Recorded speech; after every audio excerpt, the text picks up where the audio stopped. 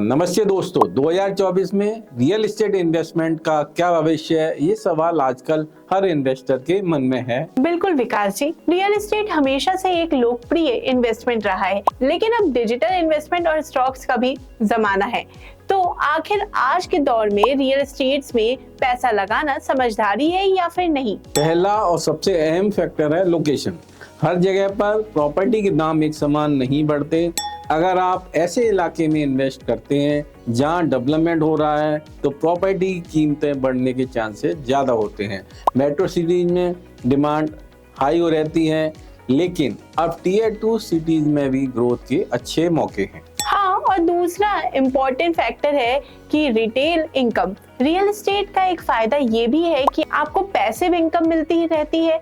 अगर प्रॉपर्टी एक अच्छी लोकेशन पर है तो रेंट से एक फिक्स्ड इनकम का सोर्स बन सकता है। सही कहा वैष्णवी। और 2024 में तो रियल एस्टेट सेक्टर को गवर्नमेंट की तरफ से भी काफी सपोर्ट मिला है, जैसे प्राइम मिनिस्टर आवास और बड़े इंफ्रास्ट्रक्चर प्रोजेक्ट। ये सब डेवलपमेंट को बूस्ट देते हैं जो प्रॉपर्टी की कीमतें बढ़ा सकते हैं। लेकिन विकास जी, इन्फ्लेशन और इंटरेस्ट रेट भी तो अभी हाई है। क्या इससे रियल एस्टेट इन्वेस्टमेंट थोड़ा रिस्की नहीं हो जाता? बिल्कुल, और जब इंटरेस्ट रेट बढ़े हुए हों तो लोन लेना महंगा हो जाता है।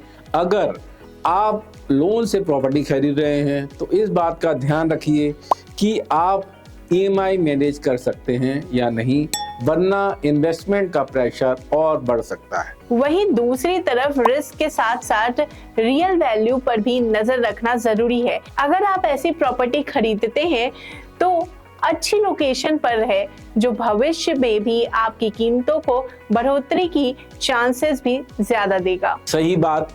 और जो लोग लंबे समय तक इन्वेस्टमेंट का सोचते हैं उनके लिए रियल एस्टेट एक बेहतरीन ऑप्शन हो सकता है। रियल एस्टेट में इन्वेस्टमेंट करने से न केवल एसेट बढ़ते हैं बल्कि लॉन्ग टर्म में ये एक सुरक्षित इन्वेस्टमेंट भी बन सकता है। तो दोस्तों, अगर आप सोच रहे हैं कि 2024 में रियल एस्टेट में इन्वेस्टमेंट करना चाहिए या नहीं, तो अच्छी प्लानिंग और सही लोकेशन के साथ इन्वेस्टमेंट करना समझदारी भरा कदम हो सकता है। मिलते हैं अगले एपिसोड में एक नए टॉपिक के साथ।